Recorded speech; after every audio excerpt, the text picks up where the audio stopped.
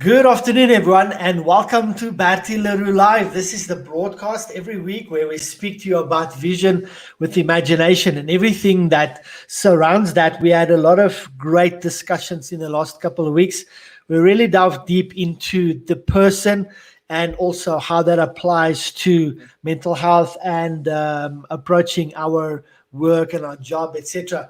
Today, we've got an interesting topic because we want to ask this question: what do you think is more important? Do you think it's more important to know who I am, self identity, or what I've done or what I do? So, does what you do identify you, or is it more important to know self? Bertie, why is this topic important to you? I get more and more challenged by statements such as that, where I not necessarily struggle to find an answer, but to find the motivation behind the question, and therefore be more appropriate with the answer. I honestly believe that the bulk of us do not really know who we are, because we have been molded by circumstances of which we often have very little control, because it started when we were very young.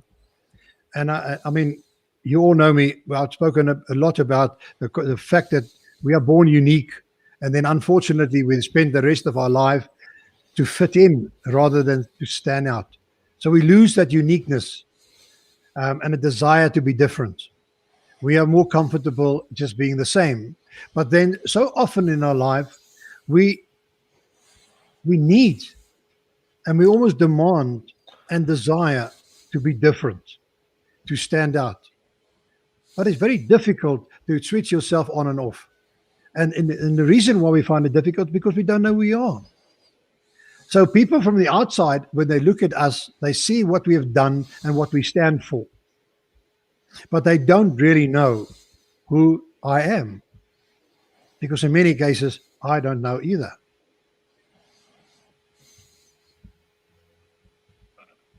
So the challenge that comes to the fore is that, how can I bring and the two together, that who I am is the representation that I put out there, that people see and therefore understand and learn to love, learn to trust. Um, that's that's key. That's key. And this past week I've been challenged with that again, because I sat and I discussed with dear friends of mine and colleagues of mine about the whole concept of brain profiling. We have had long discussions on air about brain profiling, and it's just because I'm a brain practitioner that I use the MBI, whole brain thinking preference profiling system. But there's many different ways of profiling myself or finding out who I am. And and Ivan would support it when I talk about who I am and the challenges. When that one challenge that I was put and said, in the little dark room, you are given the option, either a window or a mirror. Which one would you choose? And 99% of people chose the window, and I was one of them that chose the mirror, because I would love to spend some more time with myself, because I need to understand who I am and what I do and what I stand for, because that's my underbelly that I want to build my future on. The windows are still life, so soon I will just see the same picture over and over, but the mirror will reflect a different person, a person that's growing, developing, and expanding. The person that I know that you see, that I want to bring in sync with who I am, is exactly what I reflect, what you see. And as I say, you learn to love, to appreciate, to trust. Sorry, Ivan, you muted. Thank you. I want to break those two apart. The who am I, and then the opposite to that, which is um, what I do or what I've done. Let's take that last part. Why is what I do or what I've done important to people? The fact is, and I've learned to understand the difference by being part of networks. Because so often people will tell you what they do at the network session. And then they're so keen to share with you that. But the moment you challenge them, don't tell me what you do, just tell me what you've done. Because I know that is a reflection of who you really are, what you stand for, and what you've created to date. Then they stumble because they've got a dream in terms of what they want to do. They haven't done it yet. Little three-letter word. They haven't done it yet. So I would really want to know what you've done, because that's the proof. Because in there lies the true difference between the two of what I have done and what I do. Because a do could just be a dream, expression of a dream, expression of a concept, and it's not really a true reflection. And that is why it's so important to me. Get the answer, what you have done. It's easier. And I mean, if anybody asks me about my strengths and I can refer it to things that I've done, it's so easy to talk about it. And I can speak with passion about it because I've lived it and I understand it. I was part of that creation. But if I have to talk about something that I haven't done yet, which is still a vague and a dream and a vision out there, it's very difficult to get my hands on it and feel it so that I can share it with you. It's more difficult. So it's easier to talk about what I've done, should be, except if I've not really done nothing of significance by somebody else's definition or my own. And then the question, who I am being important to people. Why is that, or why do we find people finding that important? I think the times that we're living in has proven that we find it much, much more difficult to trust people. Because the first thing that happens now is we distrust. The old days of a handshake, an agreement, and my words, my bond, are sort of disappeared. If I don't have a contract, every person takes the rest of their days to try and get out of this agreement. What we have trusted each other upon. And I'm still of the old school that's saying, who I am is what I want to be remembered. And people want to be associated with me because of who I am, not who I represent, what I want to be, or what I project. Honestly and sincerely, who am I? And it's easier said than done, because how do I know who I am? You know, I've shared it on air as well many times when we talk about passion plus purpose equals prosperity. Therefore, success is honestly linked to my passion, because and my purpose, the direction I'm facing and where we're driving. And we've spoken about that last week as a matter of interest, where we spoke about it was just so great if we can all row the boat in the same direction. It will be so much easier. We will have all the strengths focused on a specific outcome. But I said to Ivan, I would like to add one element to that. I also want to know where I'm going. So facing the one direction and going there, because I want to know, am I facing the right direction? I can row as best as I can, and I can have my whole team in sync, rowing my boat in that direction. But am I facing the right direction? And I'm going in the right direction. That's also important. And when I talk about who am I, is what I'm doing a representative and a representation of who I am. Yes or no? Still, it's not worth my body, and that's why the difference coming to me, Ivan. But you spoke about trust, and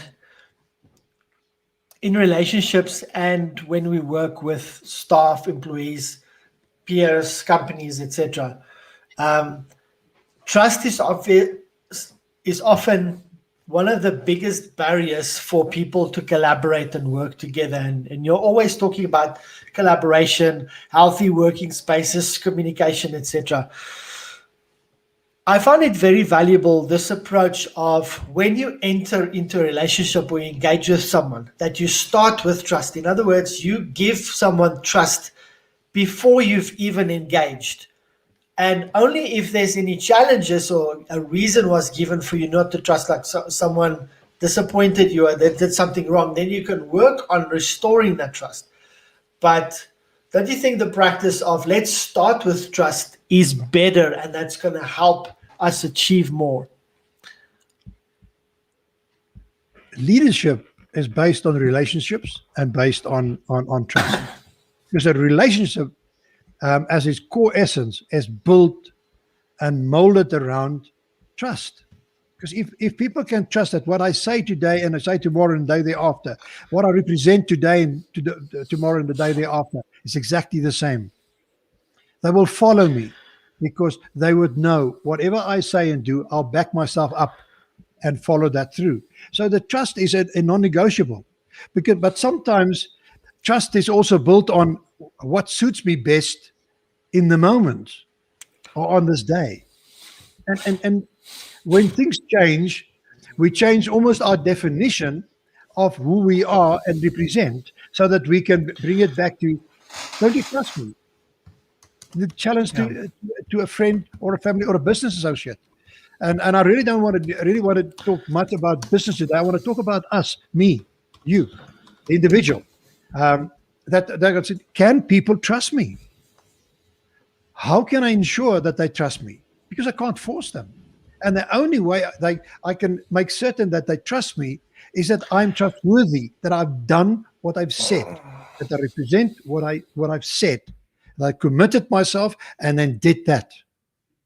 But it's so easy to get out of that nowadays. And that's why it's so difficult. And that's why we always challenge with the concept of leadership and management, because management want to get tasks done. And leadership want to get the work done through people by involving them and being part of them. And the leadership and trust is a glove. It cannot be separated. If leadership is caught out that they are not trustworthy, they are not a leader. They will never be a leader. People will not follow them, or people will follow them with an agenda. What can I get out of this relationship? And both parties are there just trying to outwit one another. It's almost like a chess game. If I go one move ahead of the other one, I don't care about the rest. I am here to win this game, irrespective of the victims. And that is not what life is all about. That's why it's so important to me when I talk about I and me, that I can put, when I go to bed and then I say, I have been myself today. And that is not easy to say, because in saying that, I am saying that I have done the best I could possibly do to everybody around me. And that's a big challenge. That's a big challenge, to say that with honesty and sincerity. Because we're also only just human. Bertie, I want to bring the two together. Do you feel that if we have this question, who am I? And the other question on what have I done? When I look at trusting myself, the question for me is, do I trust myself? If I trust myself, then I know who I am and I'm enough. If I don't trust myself, then my value is based on work. So I'm going to look at what have I done? What am I doing? Because that's what gives me value. Opposite to I am, therefore I am valuable.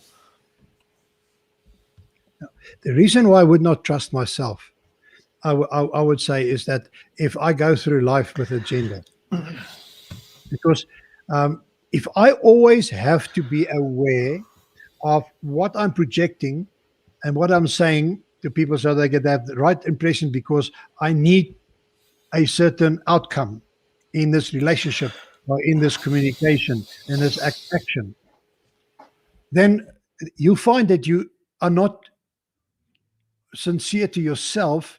And I mean, the word using it, I don't trust myself, would be a terrible thing, because if I don't trust myself, who am I? Really, honesty and sincerity, then I've got no idea who I am, because what I represent, I may not like. And I think a lot of people go through that situations, that I end up getting to a point in my life where I'm saying, I don't like who I've become. Because sometimes Life is real and true, and it changes you. And I use the word mold you all the time. So you get into situations where it is not easy, comfortable, and answers are not ready to come by. And so you are changed by the situation, and you end up like a chameleon. Depends on which kind of color leaves I am. That's the color that I take, because there's a reason for it. I'm scared of somebody's going to attack me. So when I'm a green leaf, I am green, more difficult to see. And it's difficult to talk about, am I trusting myself? Am I trusting myself? I can say, am I trusting my abilities that I would run the 100 meters the best I possibly can today? Because maybe I have an injury, and I am expecting this injury to trip me over on this race. I should not actually have entered this race. And you start, and 20, 30, 40 meters, there goes your hamstring. That was irresponsible by yourself, because you did not trust yourself of running this race, because you didn't feel right. In many situations in business and in life, we're in the same situation. And that is a different kind of trust, because I know my abilities, okay, and I should know my abilities when it comes to the spoken word as well, and the promises that I make. Let I wanted to say, it may, those of you that's listening and watching may be asking the question, what is relevant to this? Why are we talking about this?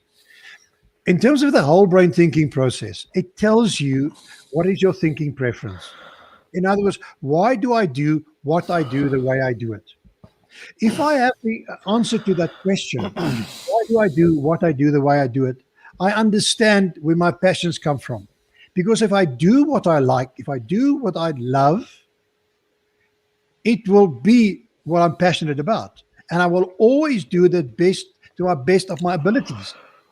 And doing those kind of things that I enjoy and love doing will energize me, and I'll do more and more of those. I actually go out, actively go out and look for opportunities to do more of those things that I love doing, that I'm passionate about. If I don't, then I'm not true to myself, because I know if I don't know what I enjoy, I might even be good at it. Then it takes and saps a lot of my energy. And I, at the end of the day, could be a negative, drained person, because I'm doing what I'm good at, but not necessarily what I like. So if I'm honest to myself, I will and trust myself in knowing who I am, I will actively go out and be the best possible person I can be by doing what I'm passionate about, and therefore what I love doing, and that will reflect to people exactly who I am, because I will be able to do that over and over and over again, because I'm actively seeking for that.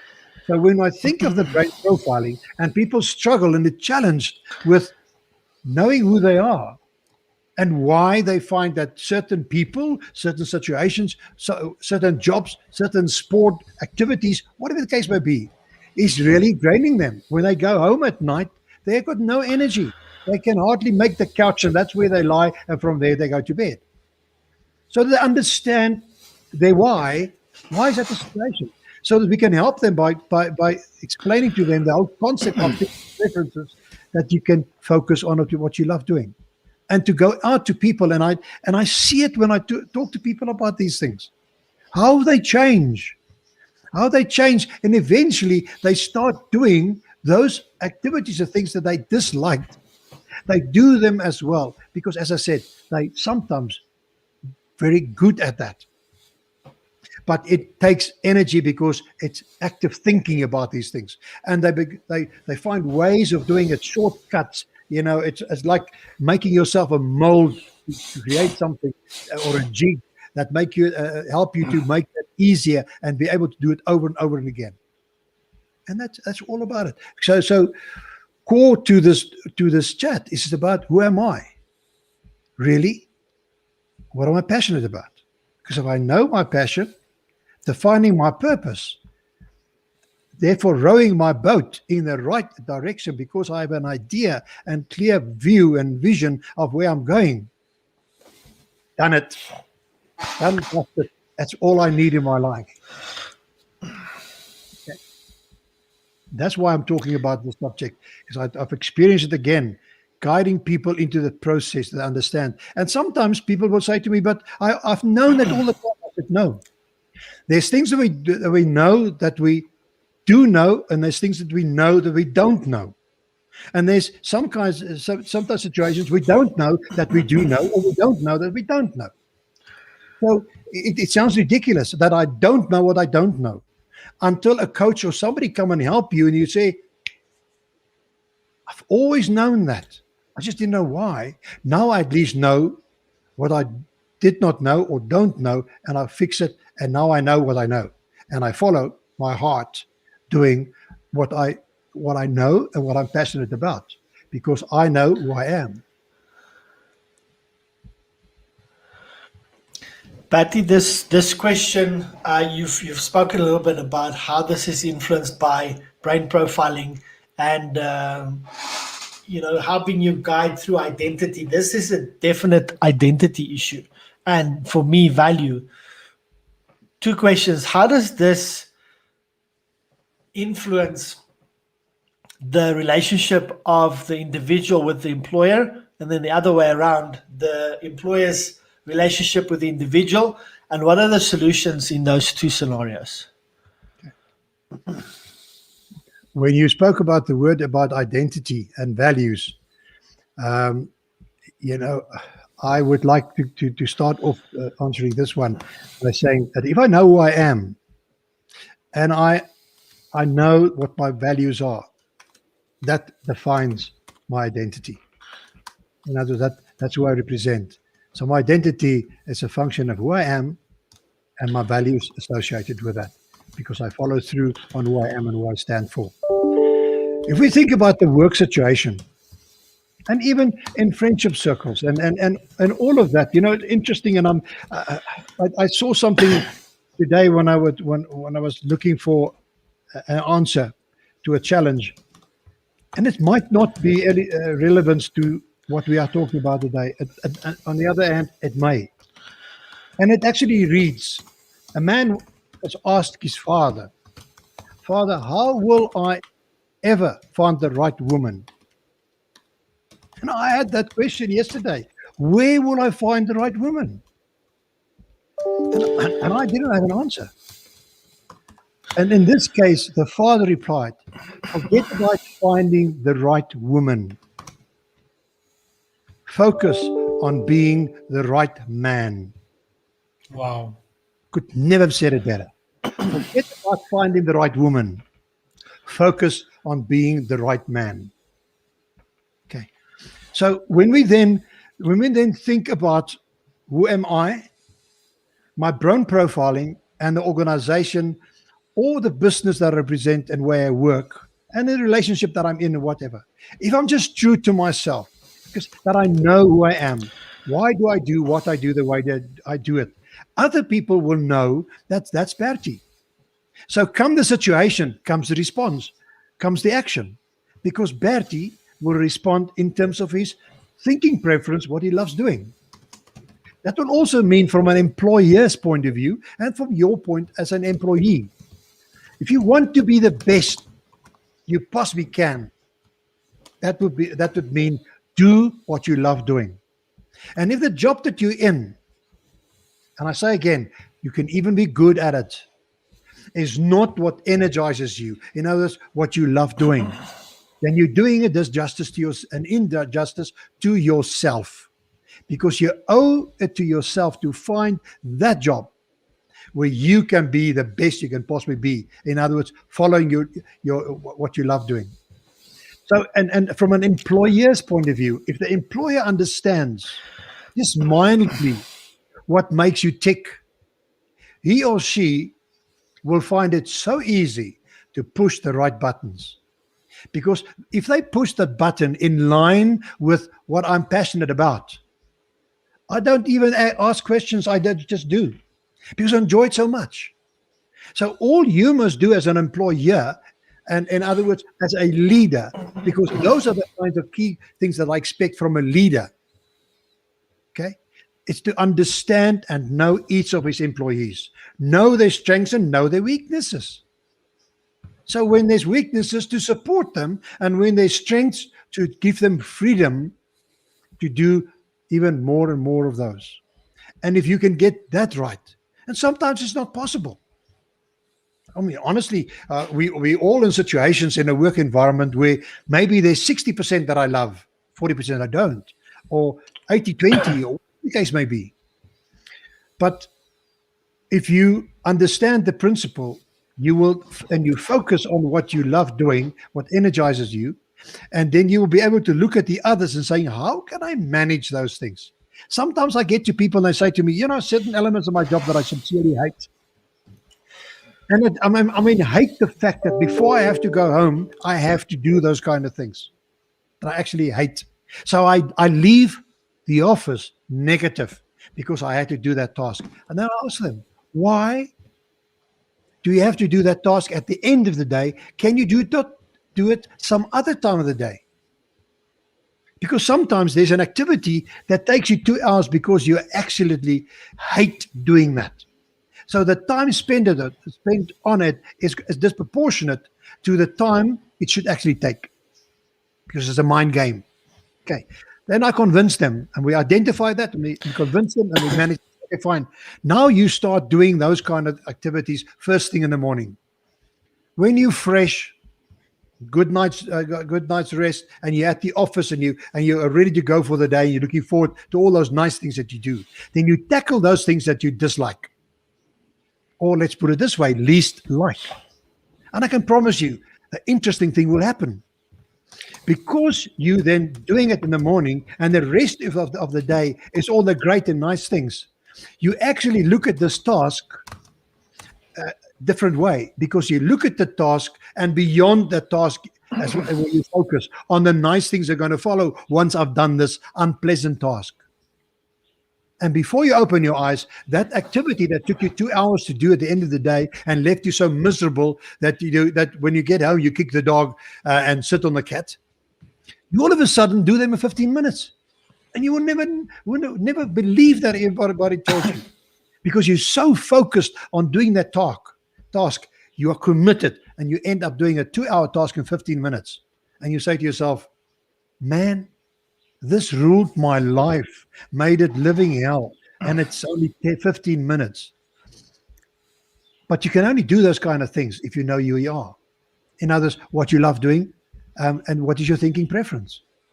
So, and if the employer understands that concept, he can explain that to you, and sometimes inadvertently manage you to do those tasks early in the morning. Because he can just set an expectation, said where I normally want that task done, Bertie, by 4 o'clock in the afternoon. I'm sorry, things have changed. I need it by 9. And all of a sudden he changes your perspective to the job and the environment and the whole company, because he knows you. And I'm not saying that the employer must now go out and do everybody's brain profile so that he can understand what makes me tick. But intuitively, if he knows enough about this principle that people do what they love doing, and the preference lies there, he will be able to see that. So that he will understand what makes me tick. And he will understand who Bertie is. Okay. And that to me is key. It's like going to war. We need to know who's carrying which gun and who's going to be used in what situation in the war. Everybody needs to know that and understand that. Where's the specialist? Who do we need when? But we forget about that. So we take the people, and we just see people as human resources and not as human capital. Because capital applied gives return on investment. So I need to apply my capital more effectively to increase my return on that investment. But if it's just a resource, then I see it as a consumable, which is the wrong thing, because I'm back at the office tomorrow again. So you're consuming me today, took all my energy, drained me, left me like a sucked out lemon, and tomorrow I must come back and do the same. How motivated am I to come to work? And all the manager needs to know, and all the leader needs to know is, who's Bertie? What makes Bertie tick? And that's why I'm talking about it today. And I just want to say that again. Don't worry. Forget about finding the right woman. Focus on being the right man. So just focus on being who you are, and you will change what comes to you. But you shared an example of how do I deal with things that are difficult for me, and okay, let me get that out of the way in the beginning because I know who I am and how I deal with things. Let's take it broader and say, do you think okay, I am doing brain profiling and I can see how I operate and so on. Is that like a SWOT analysis, like a personal SWOT analysis? Should you do one like that? And when you have that detail or that data, would you suggest someone focuses on developing his strengths or doubling down on that and not paying attention to the weaknesses? Or would you say, yes, acknowledge your weaknesses and work on them? It sounds to me like a nice loaded question. Because you know where I come from, and that is that I don't enjoy a SWOT analysis because it implies that I take my references from what I've done in the past, okay, and why I've done that. And I would prefer people to not dwell in the past, even though there's situations that they enjoy and more enjoy than others and more detest than others. But when I talk about vision and the vision with imagination and in others creating my future, where I'm heading, I want my thinking process to be free from that. And the brain profiling is it defines my thinking preferences. My past experiences is therefore not necessarily what is overpowering that, because I am now thinking about what I would love doing. And that's where I come from. And so often I don't know what I would love doing because I've been in a situation for so long, I don't know anymore what I enjoy. But when I go through these sets of questionnaires, it focuses on your thinking preference. In a perfect world, I'm not going to check it against whether I'm in a situation where there's affirmative action, and where there's quotas in terms of employment or selection in teams and all those kind of things, because those are things are negatives over which I've got no control. But if I use a SWOT analysis, I will take them in consideration, and I don't want you to take that in consideration, because I want you to talk about and from a point a reference of a perfect world where those kind of things doesn't exist. If I'm the best man, I get the job. If I'm the best player, I get the position. That's the perfect world. And if I don't get that, I must go out and find where I can live my life in the best and the most perfect world for me. It's like a sportsman that decides he's going to play for a French team or for a New Zealand team or a Canadian team, because he wants to be the best he possibly can. He needs to test him against the best out there. And if I can't, who do I know? When will I know that I was actually good or then good enough? I need to test myself.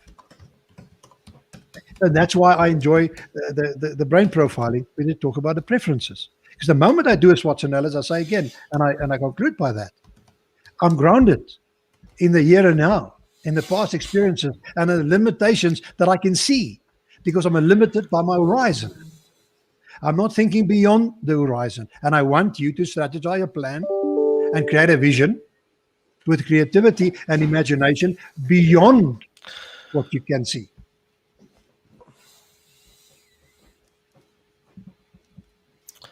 Wonderful, Bertie. Once I've done this question, and I've realized what is more important between the two. What is the next step for me? I've now identified what is more important. What does it mean if my answer, what is more important, is me, I'm important, or I get the answer, what I've done or what I'm doing is important? What does that mean to me in terms of processing the information that I got from that introspection?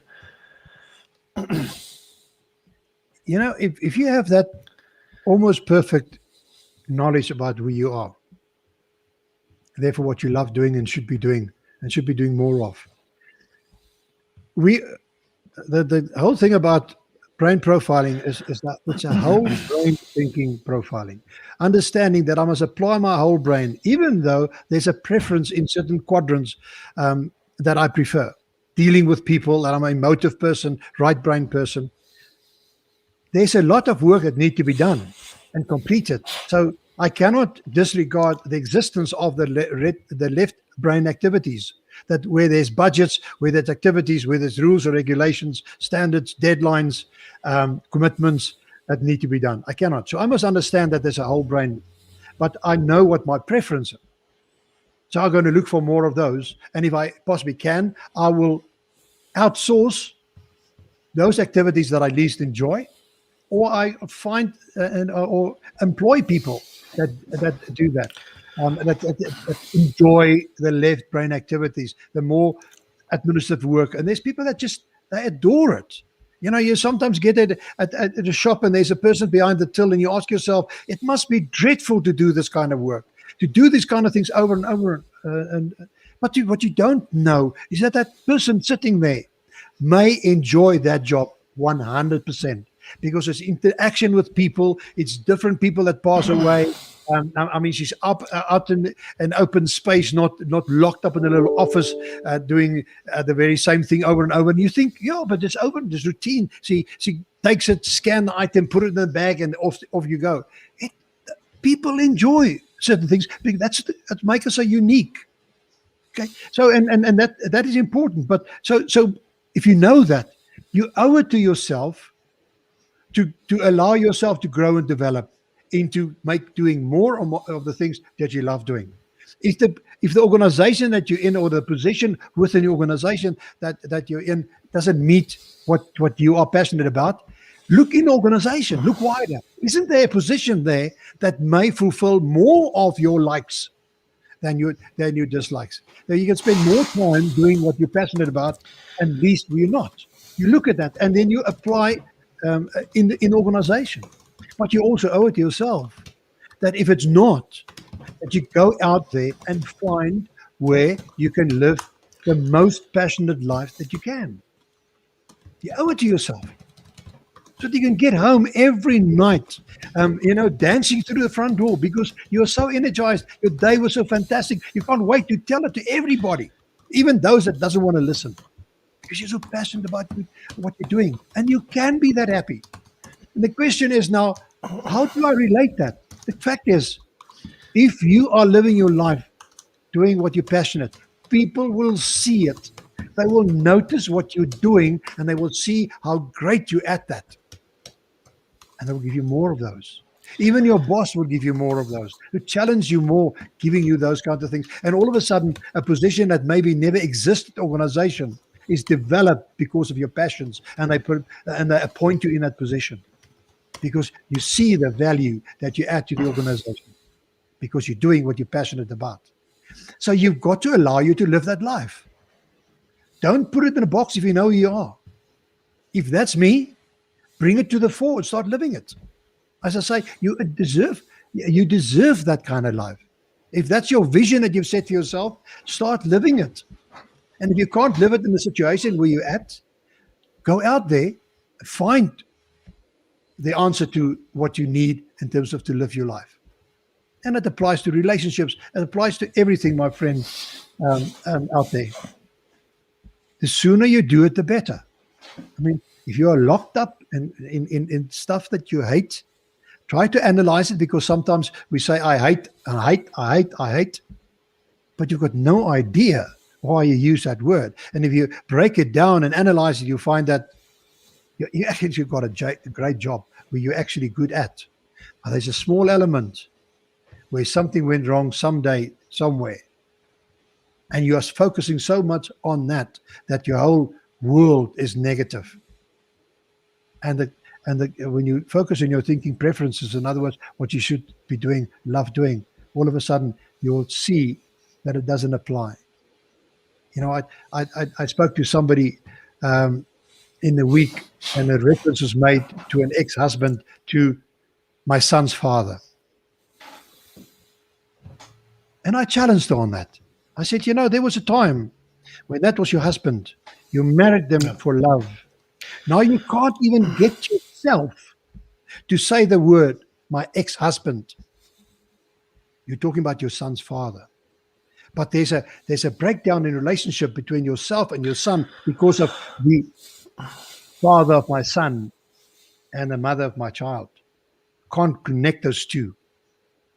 What you need to do is to try and connect them and live a life where the connection is they find. Nobody says you must remarry, but understand there was a time when you loved that person, and what did you really love? What went wrong? Because you can't live your life that way. Because if you live your life, there will always be three parties in your relationship. There will be the father of your son, there'll be your son, and there'll be you, the mother of your son.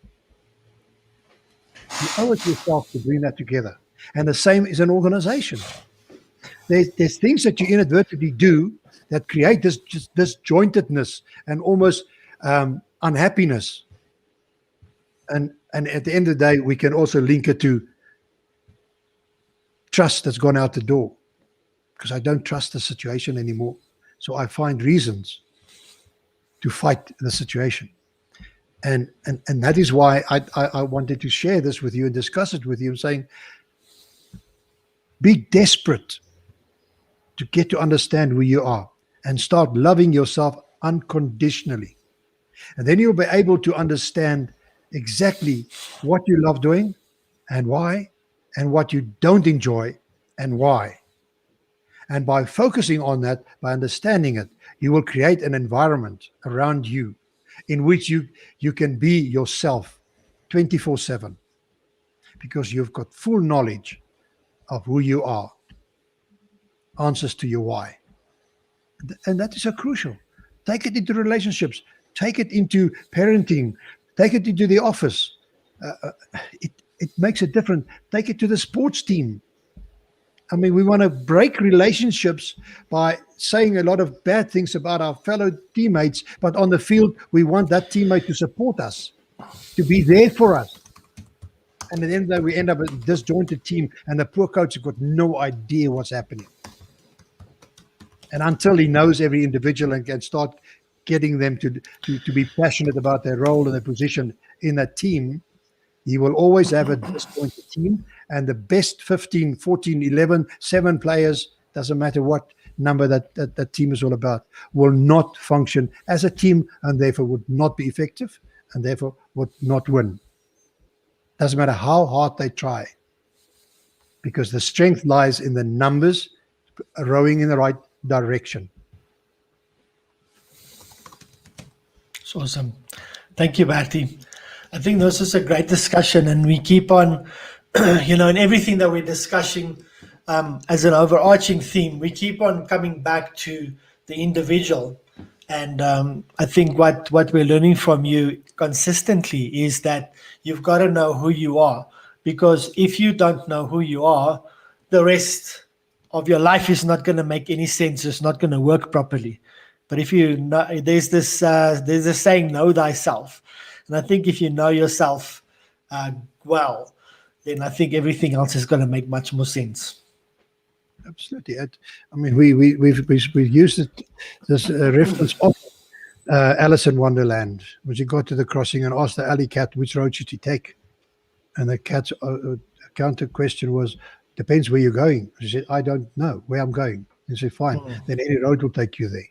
So until I know who I am, I've got no idea where I'm going, and I'll always be facing the direction I'm facing, and I still don't know why. Awesome. Thank you so much, Bertie, for today. And for those that are watching this, we're excited. We're doing 2 sessions tomorrow. I don't know if the second one's going to be live, but we could probably do that. The first one is Lisa Brazelton, which is an associate and friend of Bertie. And we're going to talk to her tomorrow afternoon. And then tomorrow night, we're going to talk to Kathy Mann about burnout. And I'm very excited I'm looking forward to those sessions. Thank you, Bertie, for today. It's a pleasure. And thank you, everybody, for watching and listening. And I hope that you've got a takeaway. And yeah, be the best woman you can, or be the best man you can. And everything else will fall in place. Promise. Awesome. Thank you, everyone. And we'll see you tomorrow.